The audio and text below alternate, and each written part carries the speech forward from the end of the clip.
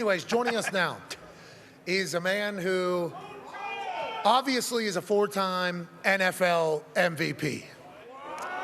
Joining us now is a man who's the most talented football thrower in the history of football. What? Joining us now is a man who let us all in on a little piece of information that he goes down to the jungle and does ayahuasca and finds himself every once in a while. What? Joining us now is a man who was the storyline of the offseason as he found a new home after already cementing a Hall of Fame legacy in Green Bay. Ladies and gentlemen, for the first time since his Achilles surgery, our GOAT, Aaron Rodgers. Yeah! Woo! How are you, buddy? We're going to have to call you back, I think, Aaron. This is 100% on us. What happened? You broke up in the middle of it. You sounded great, whatever you said. You looked amazing. We couldn't hear a thing. Are you there? Yeah, you can hear me? Just cutting it. Is the phone? Can you turn the phone sideways? Is it a phone? There it is, yeah. Bingo. Boom. Now, can you hear me? There it is. There it is. All right. Hey, it feels I like... used to sideways, though. Why are we doing the sideways? Well, I think it's because the speaker's on the one, you see, so the speaker's on the bottom, so whenever you talk into it, it echoes back into the speaker, and then it cuts you off. What we need to do is hear you. You look incredible, you sound amazing, but you're in a situation right now that I don't think you've experienced much of before. How's the mindset, pal? Just a couple days removed from the Achilles surgery, and obviously less than a week removed from the situation that happened on Monday night. Yeah, I mean, Monday was an amazing day to start. Amazing night run on the field with the flag, the electric. And then it turned into one of the toughest 24-hour stretches I've had in my life, for sure. A lot of sadness, a lot of tears, a lot of dark frustration and anger, all the gamut of emotions. But then the sun rose the next day, and I found myself in LA and had surgery on Wednesday, and since then I've been feeling better. Okay, so while you're in New York the day after, you're experiencing all these emotions and you're kind of coming back to it. I want to let you know we all felt the same shit, dude. I want to let you know that. I know that we are somebody that is, you know, incredibly blessed with the opportunity to talk with you every single week for 4 straight seasons at this point, and we've obviously grown closer to you than most shows have. But whenever we see it go down like that, it wasn't just us. It was the entire football world that was like, hey, that's not how that's supposed to go. With the Jets storyline, with that team, with everything you brought to a team that is yearning for dubs, for it to be 4 games long or 4 plays long, heartbreaking for everybody. Now, everybody then immediately goes to the next conversation. What's next for Aaron Rodgers? He's 39 years old. He's an old man. Gonna have to do Achilles surgery, which is what, an 8 to 12 month rehab process? At what point did you have to start thinking about what is next for Aaron Rodgers while you're dealing with all the emotions of that's not supposed to happen on the 4th play? Well, first I'd like to say a big thanks to everybody that reached out. I mean, I heard from people all over the country, from my past, current, obviously, teammates, former teammates, people I've never met before.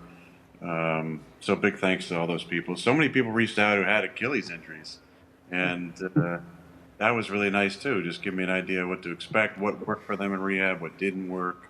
So that was pretty important. I like ayahuasca, dude. Perfect.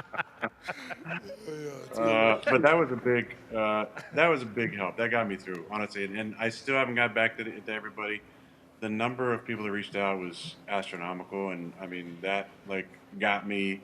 I think I shed just as many tears about the support, honestly, and the nice messages, than just the sadness of what happened. So big thanks to everybody. Yeah, you're loved, man. You need to know that because there's a lot of stuff that is, I mean, this is Boulder, Colorado. Come on. They're big fans. I think they echo the sentiments of a lot of people who appreciate everything you've done for the sport of football and your career and how you've been screwed. Send me over some Tiacos and a margarita, huh? Come on. Yeah, well, I don't know if we have Tiacos. We got Terramana. Very good. I mean, geez. Very good. Tiacos? Is that a way to say tacos? Yeah, right there on the main. What's the main street? Oh, he knows. Pearl Street. Oh, he knows. Pearl Street. Yeah, it's on Pearl.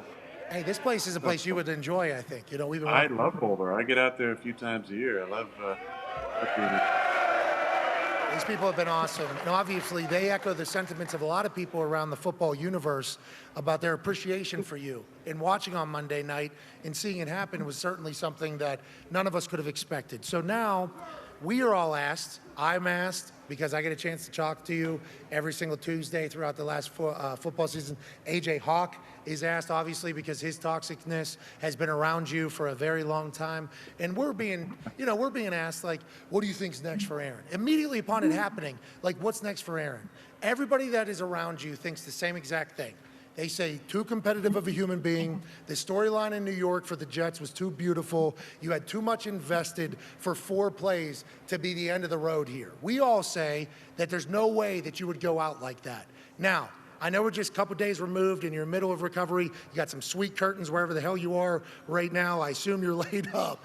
Have you thought about that, obviously? And how much has that taken up your mental capacity over the last few days? Of course. I mean, I think a lot of that was like that night as I'm in the locker room. Before even an MRI, I knew what happened. I knew I'd torn my Achilles, and I had popped my calf, a few times, especially the soleus, and this was not that sensation. So I knew right away this was not a good situation. So, and I've known about. This rehab. I've had friends who've done it, and fellow competitors that I know who've done it, come back from it. But I think what I'd like to say is, give me the doubts. Yes. Give me the doubts. Give me the timetables. Give me all the things that you think can, should, or will happen. Because all I need is that one little extra % of inspiration. That's all I need. So give me your timetable, give me your doubts, give me your prognostications, and then watch what I do. Hell yeah. Let's go. There's a bunch of New York Jets fans, more specifically Mike Greenberg, that went 6 to midnight right there. Yep. Hearing you say that. But I would like to tell you, just as somebody, you're too old, aren't you? You're 39 years old, bud. You're too old. The recovery is going to be impossible for an old-ass man like you. Have you looked into the recovery, and what is it looking like you're going to have to get to? And if you want to use me as the motivation, we need to see you back on a football field.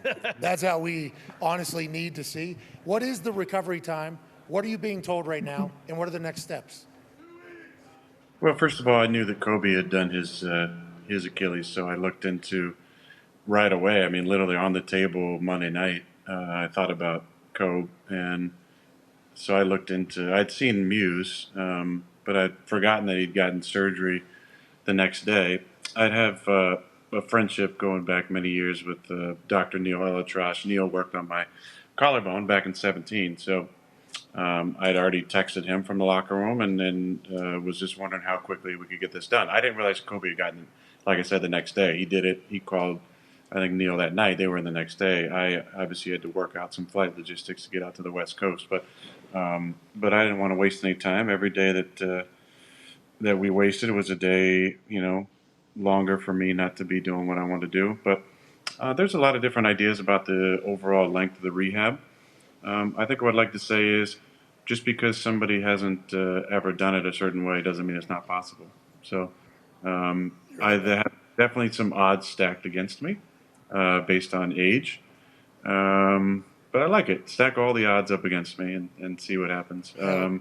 It's going to be an interesting type of attacking of the rehab, because I'm drawing from all these different sources. I literally spent the last couple of days on the phone with people all over the country, giving me their time and advice. And I have calls today with a few other big names who you would know who suffered the same injury, just to talk to them about their rehab experience. So my entire focus and dedication is on acquiring the most information, and then adding to what I've already put together as a pretty damn good rehab plan that's going to I think shock some people. Hell yeah. I don't know what Dr. Joe Rogan told you to do, but I can't wait. yeah. I can't wait to hear it. We're all incredibly pumped to hear that this is your mindset. The recovery story, by the way, is going to make this entire thing sweeter in the end. AJ has a question for you, Aaron. Hey, Aaron. So I want to know exactly when did you have an idea that it was actually this was a serious thing? I think I told you, hey, when you sat back down. I know people don't just sit down on the field with like a sprained ankle. Did you know at that exact moment that, hey, this is serious, it's probably my Achilles? And also, when you talk about your timetable coming back, what are you trying to say? You're trying to be the fastest guy ever to come back from an Achilles injury? Hell yeah. I stood up and put weight on my foot and felt like I had dropped foot. You know right there? So, yeah, I knew right there. I knew that, it was about 95% sure, unless there was some sort of lower soleus rip. But I was pretty confident that it was Achilles. And yeah, I mean, I think there's been some guys with some interesting timetables on Achilles returns, but we'll see what happens. It's just there's a process. There's certain markers we got to hit. You trying to say you're coming back this season? Yeah, what's happening? Are you coming back for the playoffs this year? I'm not gonna make any of those statements. I don't feel like that's fair to myself. I'm just. Is it a possibility? I think, as Kevin Garnett said, anything's possible. Wow. Do you know what Greeny is doing right now? I don't know if you know this. Like Rock hard. Mike Greenberg. Yeah. He's swinging around, Yeah. making thuds on walls and doors. Right now. Waistbanding it. It doesn't do anything to make prognostications, honestly, other than help my own personal mental state. Yeah. But yeah, I'm gonna try and push this thing as much as it'll allow me to, and there's markers I gotta see where I'm at after a week and 2 weeks and a month and 2 months, and then we'll see what the conversation is from there. How much of what happened when you became a New York Jet weighed into the decision to attack this thing? Now, obviously, you're one of the most competitive humans of all time. We asked you why you love football, and you said it's because it scratches the itch of competition that you need. Anybody that is at your level of anything is going to be incredibly competitive, and it's probably going to be tough to hang something up. But what the New York Jets fans did for you, we're talking about the Rangers, Knicks, biggest pops at those games. Then the Broadway shows, and then that American flag jog out on September 11th in MetLife Stadium. How much of all that kind of fed the decision for you to be like, I'm trying to get back as fast as possible? Oh, for sure. I mean, a lot of the sadness, I think, initially was just feeling like I let so many people down who had believed in me and supported me and made the transition so incredible. A big part of it was just how hard I worked, just because I wanted so badly to dominate in the way that I'm capable of dominating and be able to do the things I want to do on the field. And so there was just a lot of sadness the first 24 hours after the game because of how excited I was about the season. At the same time, really surreal feeling. I was at my house watching Xavier Gibson running the punt return, just so excited. So sad, but so excited for that kid because he's such an awesome kid. And for our guys to come back and win that game was just really, really special. So I love the guys. Everybody's reached out. I've heard, FaceTimed because, back in Malibu, you got to, right? Yeah, we heard. A lot of FaceTimes with my teammates, coaches. That's one of them right there calling me right there. That's Tim Boyle interrupting the show. So come on, Tim. Jeez. Thanks, Tim. Well, that's what it's been like. A lot of people reaching out, friends and fellow athletes, and it's been really special. Also, really, really hard. Hell yeah, but hey, once again, I don't want to keep reiterating this, but this is going to make the story even sweeter, brother. We all know that. There's always, and I don't know what I believe in. I assume something created something. Who, what? The universe, though, does some remarkable things. Fourth play was not how this thing was supposed to go in anybody's eyes. Nope. But could you imagine next year, you come back, the New York Jets in the honeymoon phase, still real, and then all of a sudden, the Jets go on a run, win the Super Bowl. Aaron wins his 5th MVP after an Achilles at the age of 40? Could you imagine that headline? I assume you have. Yeah, I mean, it's hard to take my brain there right now just because.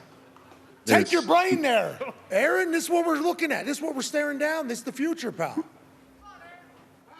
Like I said, I want all your doubts. I want all your prognostications. I want all your own schedules, and I'm gonna do my own thing. All right, we'll send some Terramana over there to maybe get a little bit more positive. Speaking of your teammates, Ty has a question for you. Yeah, Aaron, first and foremost, just fucking gutted for you. I was really looking forward to watching you play this year. I know how disappointed you are. And then, obviously, right after it happens, right away, a lot of people in the media are saying, oh, the Jets need to go out and get so-and-so or get so-and-so. But we've seen, kind of a change in Zach Wilson, I think, just from the osmosis of being around you. How confident are you in Zach now that he is the guy for, maybe the rest of this year? We'll see. Hopefully you do come back. But how confident are you in his abilities and just kind of his growth, just from what you've seen with being around him for the last few months? Yeah, I'm very confident in Zach, and I think he's confident himself, which is the most important thing. It was an important offseason for him. Very important, I think, to get his confidence back and to be able to work on, some of the fundamental things that I think you've seen show up in the preseason and obviously the other night on Monday. But, truly, I was hoping he could have, a couple of years to sit back and not have pressure on him and relax. But that's how this life goes sometimes, throws you some curveballs. Neither of us thought that that's what was going to happen, obviously, on Monday. Yeah. We, hugged each other before the game, said, I love you, and said, he just said, can't wait to watch you play out there. I was the one watching him play after the fourth play, but I'm excited for him. He's a great kid. Love him, pulling for him, be talking to him. Really looking forward to getting back there, once I can travel, just to be around the guys and to really get into the workout rehab phase, just to be around it. I miss the guys. I miss New York, New Jersey, the energy, the excitement, and we got a big one this week. Dallas obviously came off an incredible opening game where they hung a 40-piece and shut them out. I was looking forward to that just because, just the love that I shared with Mike last year, getting to see him at home, and then the fact that I've played pretty well in that stadium over the years. A lot of Creed, obviously. Yeah. Yeah, there are a lot of fun ones on the early schedule. I was looking forward to playing against Pat in week 4 and going to Denver in week 5. There was a lot of things. So. Okay, are you thinking about maybe calling plays this year or no? There's a little bit of a conversation or a buzz like, hey, you know what? Maybe Aaron, after he's able to travel back to New Jersey, go ahead and put that headset on, just like you did in preseason, right? That's right. Yeah. Just like you did in preseason. Are you going to be involved at all, or what are you thinking there, literally? Well, I think first to the safety level, we got to get ambulatory, which is going to happen pretty soon, and then just make sure that I'm safe. I would assume I won't be on the sidelines for a while, but never know if I can get a headset in whatever box I'm in, just to maybe throw some suggestions in there. Well, I love that. And Tone has a question about a suggestion allegedly that you made. Go ahead, Tone. Yeah, Aaron, obviously you've been traveling and going through surgery, so I'm not sure if you saw the story, but if you did, I assume you'd like to comment on it, that there might have been a kind of a disagreement on the tackles cutting in the quick pass game, and you not wanting them to potentially do that, and then you getting hurt on an instance where that happened. So I just wanted to kind of ask what your opinion was on that and just kind of give you the floor on that whole situation. I don't know what story you're talking about. I haven't seen it. They said you don't like when the tackle's cut all the time. On the quick plays, you didn't like it. Didn't want it. You didn't want it. I don't like when David Bakhtiari used to try and cut because he wasn't very good at it. Okay. All right, I respect that. So this was the thing, though, because obviously you get hurt on that particular style of play where potentially supposed to come out quick, both tackles cut to get the hands down. You decide, you know what, I'm not going there, I'm going to go elsewhere. And then that would have been the first thing, basically, that we have heard that Aaron Rodgers has said and the Jets have not kind of done. So that's why it became a big story while you have been traveling across the country with a torn Achilles, getting into surgery. That has kind of gained some legs. You're saying you... Oh, no, I don't. I mean, if a guy can cut, that was always the thing with Dave, because Dave didn't really like cutting. He wasn't great at it. But no, I like cutting. I like cutting at the tackle. Okay, so I'm happy that we just decided to take this as a chance to take a shot at Dave Bakhtiari. Yeah, basically. You know what I mean? I do. We all are. Hey, he's been going to bat for you pretty heavily about the grass and the turf. Oh, Obviously, Dave, yeah, he's a Boulder guy. That's why Yeah, I was gonna say he's a buff. Yeah. Wow, he is. You probably didn't know that, did you? I knew that. Yeah, I know you did know that. We talked but about yeah. it right before the show. I was we like, did. damn, we could have got Bakhtiari out here. This place would have won bananas. Yeah. But then all he would have chatted about is it grass over there on the Zotron or is it turf over there on the Zotron? That has obviously become. I think that's how he met his wife. He was doing the whole "I'm big man on campus." You know, I'm 8 years out of college, you know, but I'm still big man on campus, going to the frat houses. That's where he met Frankie. You know? Well, hey, congrats to Love. Yeah, love. They found love in a beautiful place here. Yes, they did. In Boulder. Connor has a question for you, Hey, Aaron. congrats on the sex, too. You got a kid. That's awesome, man. Hell yeah. Wow. Did it. That's awesome. Connor has a question for you, Aaron. Yeah, Aaron, obviously as a Patriots fan, even I was gutted for you. I hate the Jets more than damn near anything in my entire life, but it really was a bummer to see you go down, and I was looking forward to Belichick versus yourself, and next year that's going to be awesome. But Garrett Wilson came out, and he kind of shared a little behind the scenes between you and him.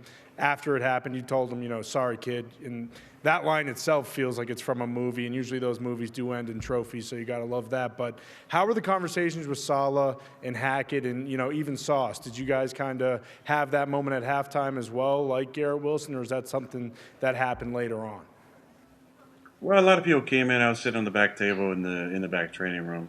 But honestly, I was pretty emotional. So some people kind of it hits differently. Like when Kabi walked in, I kind of lost it. And, you know, after everybody else came in, it's just kind of blubbering, some sort of thank you through the disappointment and the tears. So, but I'm thankful for the tears. It makes you feel like you're alive, and I care about it so much, and I care about what we were trying to establish and did establish, chemistry-wise and culture-wise.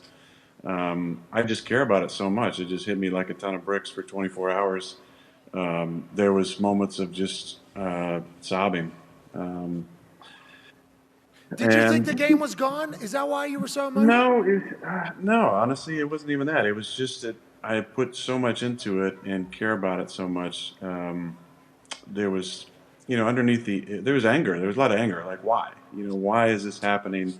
And underneath all that, it's just a sadness because you're gonna miss being out there with the guys. You miss the competition and the locker room and the field and the games and just everything that makes our sport so beautiful. So, but I'm thankful for those emotions and working through those. I felt like once I got to LA, kind of the sun started to rise a little bit and birds started chirping and started to see that there was some life starting to open up. So I'm thankful for Neil and his staff. He's got an incredible staff of doctors and nurses there that took great care of me, and he's just, he's the best. So I'm thankful for that. Surgery, great.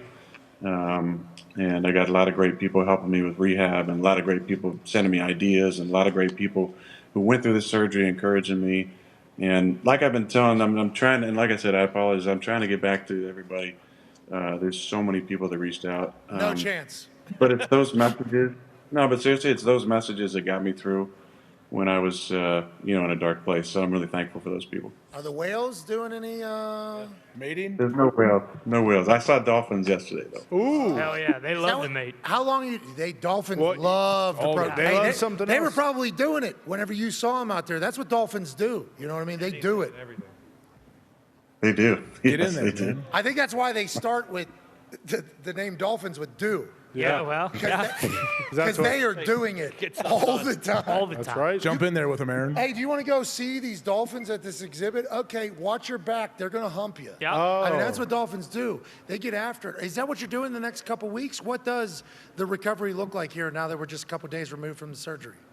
Well, I didn't really want to mention this, but I'm looking into a number of different modalities, and one of them is What was that word you just used right there? Jeopardy champion? modalities, different rehab modalities, and one of them is Okay, you still didn't explain what the hell a modality is, but I'll use context clues. Thanks. basically it involves Thank you, Zito. There we go. Oh, there Thank it you. is. Modal quality, a particular mode in which something exists or is experienced or expressed. That doesn't make any doesn't mean sense. anything. Oh, What you the just said hell? something stupid. That means I just nothing. found out that word doesn't work. Oh, I don't even know where I was going, but I think What does the next couple weeks look like? You've looked into different modalities of what could potentially come here.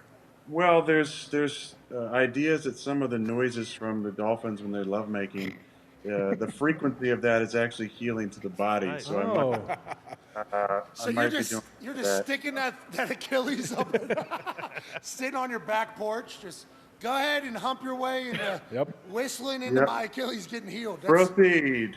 Go ahead. are you bedridden right now, or what is it? I am not able to put any weight on it yet, so I have crutches. I got some great. How long are you on things. crutches?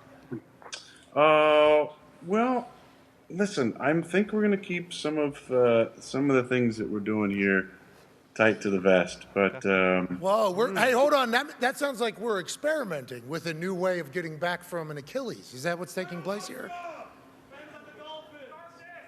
They're saying Yeah, they want the ayahuasca, dolphins. They dolphins, want the carcass. dolphins. Yeah, There are a lot of dark- ideas. Yeah, Oh, yeah. darkness A lot of retreat. ideas here. We appreciate listen, it. things I will not be doing. Aya. Oh. That one reporter losers blamed use the full ayahuasca. name. It'll heal you. I don't know if you saw Greg Kelly, who's a super conservative political pundit, said the reason why your Achilles happened, not because Achilles the way it was kind of constructed by God or whatever, but because you took ayahuasca, and that is kind of how it all happened. That's one guy. We don't need to hear that. You're not doing ayahuasca. What's that guy's name? Greg Kelly. Dipshit Bum. news. Bomb. Bomb. Hey, hold on. There's another guy. What's the guy? Keith Olbermann said that You love him though. because you're not vaxxed, that's why it happened. Yep. Yeah, get your 5th booster, Keith.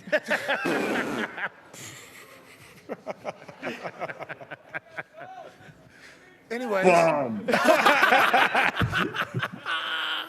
I love that. I love everything about that. We don't need to list off all the bums that have doubted you because we're using No, them that's enough. That's as enough. We'll motivation. stop We're using them as motivation, obviously.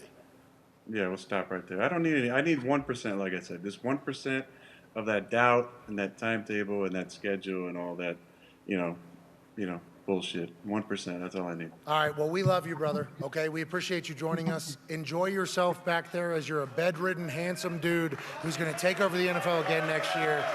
Boulder, Colorado loves you, man. I think they want to let you know. We appreciate the hell of Boulder, it. see you soon, Boulder. See you I doubt soon. it, actually, right? You got no chance to come here because you're doing rehab. Then you're Probably going got a Not house here. anytime Hills. soon, but like soon, like in the next 12 months. Okay. Oh, There you go. hey, we love that. Hey, you're the man. Keep in touch, will you please? Are we still doing weekly or no? Yeah, I'll see you on Tuesday. Yes. Legend. This last Tuesday was a little rough for me. I was, Why? Yeah, what happened? What? But we got our boys going down to Dallas this weekend to get a big win, so excited about watching that. And you know what? Let me just say this. I can, speak to the fans a little bit. I'm a Colorado fan. I'm a big fan of. I'm a fan of what Dion's doing. I'm a fan of the fact that they must be doing something right. Like Salah said this. If there's a lot of crows pecking and a lot of people shit talking, you must be doing something right. And they shut up the team that was in the national championship in week 1, and then somebody said something in week 2, right? And they shut them up. And then somebody else just said something in week 3 now, and they're about to shut them up too. Yeah. Hold on, though. And Oregon. I'm happy you brought up a good point here because you're one of these guys who's at the top of the top. You know, there's not a lot of humans that are up there whenever you talk about a different stratosphere of I don't want to say competition, but like competitive juices. You know, and you just said, I need all the doubters, give it to me. Feels like Shador here is one of those guys who is looking for reasons to get upset. He can't play. He's just he can't play, man. He played at Jackson State, but he can't play it. Big time college football, right?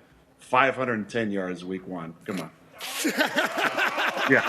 What are we talking about here? And the other kid that plays both ways, he's incredible. Travis Hunter, yeah, he's a dog. Yeah.